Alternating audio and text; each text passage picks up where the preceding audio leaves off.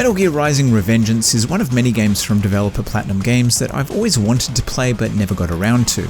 I even own a couple like Transformers Devastation and Vanquish. For one reason or another though, they're just sitting on a shelf gathering dust. In the case of Revengeance, I think I was just burnt out on Kojima games. I've always enjoyed the tactical espionage action, but not so much the politics or the Kojima-ness. Look, I know that's what a lot of people love about his games, and I enjoy me some deep philosophical shit as well. The Metal Gear games are usually quite heavy going though, and after Metal Gear Solid 4, the thought of sitting through hours upon hours of dry cutscenes put me off. Anyway, Metal Gear Rising is a very different beast altogether. Yes, it still has plenty of cutscenes and the series' over-the-top character design, but the story and gameplay are unique, and it has a fascinating backstory. So if you've slept on this one like I did, or maybe you're looking to replay it many years after your first time, then join me for a look at its development, design, and what the best way to play it in 2021 is.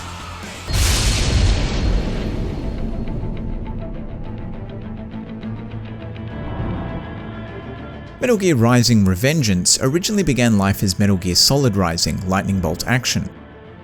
It was being developed by Kojima Productions, although it wasn't under the direction of Hideo himself. It was first publicly announced at E3 2009, with an incredibly vague teaser that simply introduced Raiden's new look. Gameplay was shown the following year, again at E3, and it seemed like development was on track. But behind the scenes, the team at Kojima Pro weren't making much progress, because they couldn't figure out what the game should be outside of cutting things. Despite the fact that a large amount of progress had already been made on motion capture, story and mission design, they were still at a loss for how to tie it all together. In the end, Kojima stepped in and pulled the plug when he saw what little progress the team had made, and the game was quietly cancelled in late 2010. Shortly after, the project was handed over to Platinum Games, who were responsible for the Bayonetta series, Nier Automata, and many other well-received titles. It was retitled Metal Gear Rising Revengeance, dropping both the Solid and Lightning Bolt action parts of the original title. Platinum Games would start from scratch, choosing to develop the game using their own engine, whereas the original project had been built using the Fox engine. This allowed for a 60 frames per second target, which was something Kojima had requested personally. Kojima Pro was still involved, handling the story and cutscenes, but Platinum Games was given the gameplay with the instructions, do what you like. Development this time moved quickly, and a trailer for the new game was shown at the Spike Game Awards in 2011. It showcased a mixture of gameplay and story, and was tonally unlike any Metal Gear game before it. Despite being a Japanese game, it was announced in 2012 that the Japanese Xbox version had been canned. There was no reason given for the cancellation, but seeing as the install base of the 360 in Japan was so low, it probably didn't make much sense financially.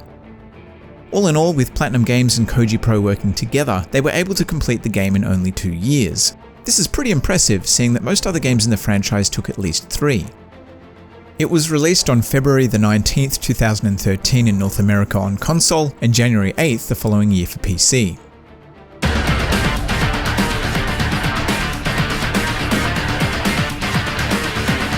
The original story was intended to explain what happened to Raiden in between Metal Gear Solid 2 and 4, but after development shifted to Platinum Games, it was decided to set it after Metal Gear Solid 4. This would give the team more freedom by not hamstringing the gameplay with story elements that didn't match, and as a result it was completely rewritten. Just like Metal Gear Solid 2, you play as Raiden, aka Jack the Ripper, aka the White Devil, aka Mr. Lightning Bolt, aka Saucy Jack, aka the Human Sperm. Okay, I made up that last one. The year is 2018 and your job is to protect the Prime Minister of an unnamed African country, which, spoiler, you fail at miserably. So your new job becomes tracking down the group of psychos responsible and serving up some swift, shiny justice. There are many themes explored throughout the game, but the central one, as the title suggests, is vengeance, or in this case, revengeance, which is supposed to represent the development team's desire to get revenge or vengeance on the failed Metal Gear Solid Rising project. As you'd expect from a Metal Gear game, the story involves private military companies, nanotechnology and cyborgs, but it feels more accessible than the previous games. It's lighter in tone too, and undeniably Japanese. Sometimes it goes a little too far down the wacky path, and this doesn't always gel with the serious elements of the plot. It's refreshing to see a new take on the series though, which at times can feel a bit po-faced in its delivery. The story is told through a combination of cutscenes and codec conversations that happen in-game. I'm not in love with how these sequences are handled because you can't do anything when having these conversations. They can go on for minutes at a time too, when all you want to do is get back to the slicing and dicing. That said, if you're a fan of the series, I think you'll find this a solid entry that introduces a lot of interesting characters.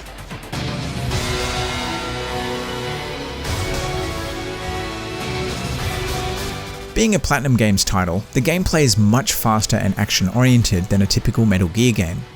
If you've played any of their other games, and specifically Vanquish, then a lot of this will be familiar. There are a few areas where stealth is a viable tactic, but make no mistake, this is a game about separating limbs from bodies. It's classified as a hack and slash, and on the surface it seems like you can easily button mash your way through it. While there are lots of QuickTime style elements, this is not an easy game. Even on normal it can be incredibly challenging and requires a combination of quick reflexes and strategy. Therefore, you'll need to master Raiden's extensive suite of combos and the art of Zendatsu, where you remove your opponent's spine for its sweet nectar. Longtime Platinum Games fans are no doubt already debunking this description of the combat in the comments. For everyone else though, just know that this is not a cakewalk. Oh yeah, and if you think it is a cakewalk, try entering the Konami code to unlock Revengeance mode and oh god, are we having fun yet? If you rolled your eyes at the mention of QuickTime events, don't worry. These are more like the finishing moves in God of War than the annoying QTEs found in other games. You have to attack enemies to put them into a state where you can perform the QTE, and even then, you often have to position yourself correctly to see the icons to activate it. If I'm being honest, it took me a little while to get into the swing of things. At first, I was just mashing out random combos, which will only get you so far.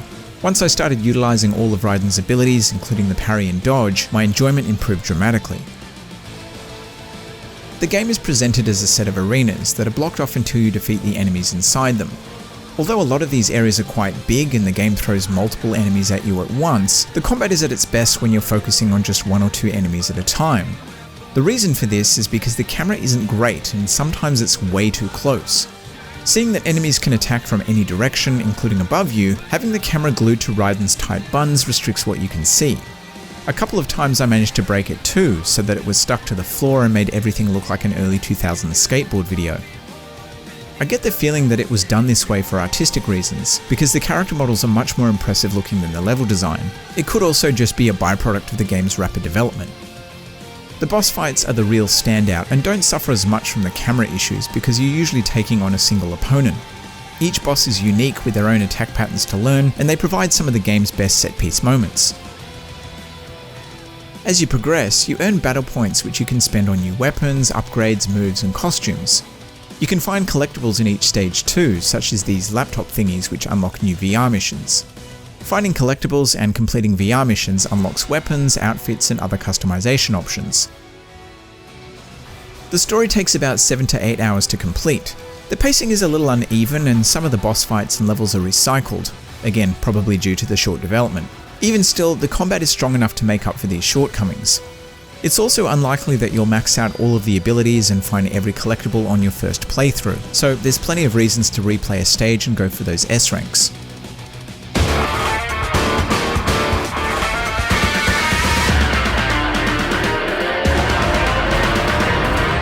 Visually, this is still a great looking game in motion, even on the old consoles. When standing still, on the other hand, it can look quite plain. Textures are simple and low res, and the level design is barren and static, with not much in them apart from enemies and item boxes. This was a compromise made to accommodate the 60 frames per second target and the complex physics-based object geometry, or the ability to cut shit in half. This lack of detail really stands out when things slow down, like during one of the many codec sequences. During combat, this is less of an issue, as the gameplay moves so damn fast and the enemy models fare much better in terms of detail. As I mentioned earlier, the boss fights are a real highlight. Their design is flamboyant as hell, and being a Japanese game, there's no shortage of catsuits, butt shots, and chunky mechs. Another hallmark of the Metal Gear franchise is cutscenes. This game does have quite a lot of them, but it's not another MGS4 situation. The motion capture and voice performances are top notch, and they do a good job at providing detail without being typical Kojima exposition dumps. For fans of the series, a lot of the UI and sound effects will be familiar. Not all of it was intentionally designed this way though. For instance, the development team wanted to allow on-the-fly inventory management. Unfortunately, the RAM limitations of the PS3 and 360 meant that this was impossible because weapon textures and animations couldn't be swapped in instantly. A shame for sure, as pausing to navigate this slow menu does feel at odds with the frantic action. The Metal Gear games have always set the bar very high when it comes to presentation, including the music. This is an area where Revengeance departs from the rest of the franchise in a big way, although not in terms of quality. All the boss fights have a backing track which has lyrics that tie into that character. This style of rock is not exactly my cup of tea. It does suit the action perfectly though, and is another reminder that this is in fact a Japanese game. Apparently, Konami felt it was so good they released it as a standalone album that you could even get on vinyl.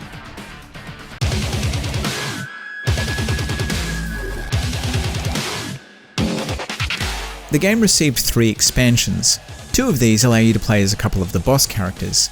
Blade Wolf lets you control the prototype LQ-84i, and Jetstream lets you play as Sam Rodriguez. On the PS3, these 2 will set you back between $10 and $15 Australian each, which is kind of steep seeing as they're pretty short and I picked up the game for only $5. If you have the Japanese only special edition, it comes with these included. On the 360, they're free in every region. It was originally meant to be an offer exclusive to the US, but someone made a boo-boo, so they're free everywhere on Xbox. The 3rd expansion is more VR missions, which isn't all that exciting if you ask me, but they're only $2.95 if that's your thing. The PC version includes the 3 expansions as well as all of the body upgrades for Raiden, such as the Cyborg Ninja. So if you're after the complete package, PC is the one to get, but more on that in a minute. So what are your options for playing it in 2021? What you've been watching in this video is the PS3 version. Despite being the lead development platform, there's not a huge difference between the PS3 and 360. Actually, the 360 version outperforms the PS3 in a couple of areas. Both output a native 720p resolution, and things like particle effects and texture quality are the same. Neither system shows any screen tearing either, which is pretty common in games of this vintage. The frame rate on both platforms can drop into the 30s or even lower in some scenarios. The 360 does appear to perform ever so slightly better in this department, although it's far from a locked 60 on either platform. Shadows are a weird one. Overall they look better on the 360, though strangely it's missing some.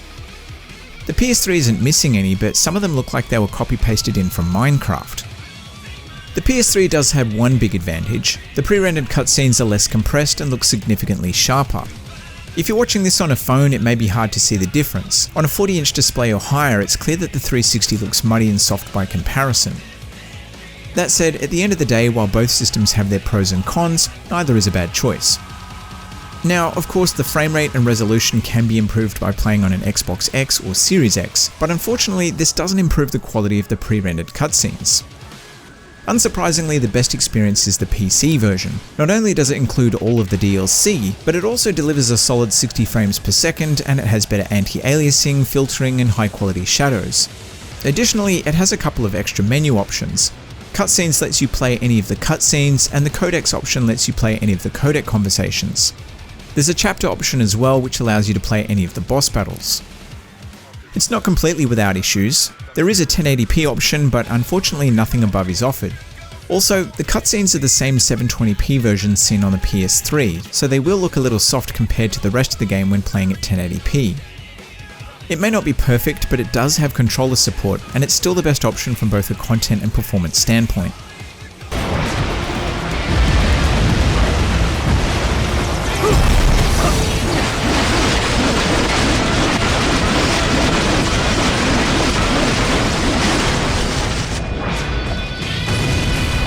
Metal Gear Rising Revengeance is an interesting take on a well-established series.